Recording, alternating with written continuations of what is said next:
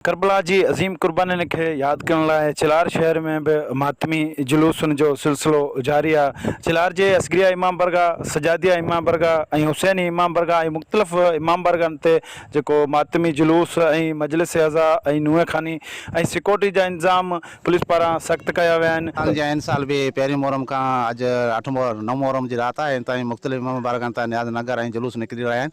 अॼु बि town committee चिलार जे हुसैन इमाम बारगाह हींअर जुलूस निकिरो जेको असगरिया इमाम बारगाह ते पहुतो। इहो हितां वरी सजादिया इमाम मरकज़ी इमाम बारगाह वेंदो जिते इन्हनि रूटनि ते अज़ादारी कंदो वेंदो ऐं मजलिसूं बि थींदियूं आहिनि। इहो करबला जी अज़ीम कुर्बानी आहे जेका ॾींहुं क़यामत ताईं अज़ादार इन्हनि रूटनि ते कंदा रहंदा। करबला जे शहीदनि जी यादि में अॼु असां चेलार में सजादिया इमाम बरगाह, असगरिया इमाम बरगाह, हुसैन इमाम बरगाह ऐं ॿियनि इमाम बरगाहनि ते जुलूस कढूं पिया, आज़ादारी करियूं पिया। इहो आज़ादारी असांजी ॾींहुं क़यामत ताईं बरक़रार रहंदी।